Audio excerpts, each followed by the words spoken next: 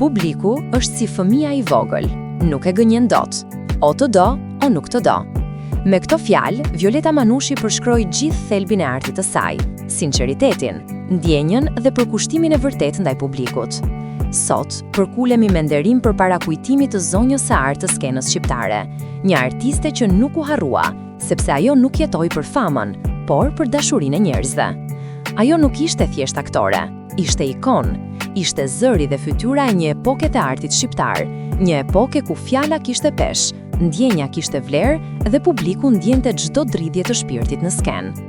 Në çdo rol të saj, nga komeditë që na bënin të qeshnin me lot, deri te dramat që na tronditnin, Violeta Manushi solli shpirtin e njeriu të thjesht, të ndershëm, të sinqert. Me mbi 100 role në teatr dhe 16 në film, ajo u ngjit në majat e artit shqiptar. Nga gratë gazmore të Windsorit, morali I zonjës Dulska, e deri te figurat epike të dramaturgjisë kombëtare si Olimpia, Nica dhe Olga, ajo I dha jetë personazheve me një ndjenjë të rrallë dhe të pakrahasueshme. Por, mbi të gjitha, ajo u bë e pavdekshme me një rol që sot është pjesë e kujtesës kolektive të çdo shqiptari, Teto Olga. Kush mund ta harrojë atë figurë plot humor, zgjuarsi e dashuri njerëzore?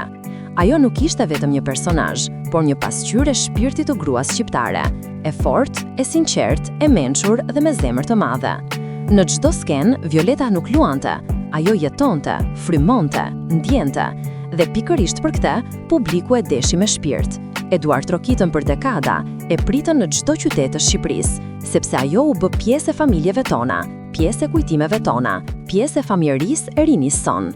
Ajo ishte ajo zëri I butë, por I fortë, ajo qeshura e ëmbël, por plot mendim, ajo fytyrë që na kujtonte se arti është dashuri, jo vetëm talent. Sot, kur kujtojmë Violeta Manushin, ne kujtojmë një brez të artë, një periudhë ku skena ishte tempull dhe aktorat ishin shpirti I popullit.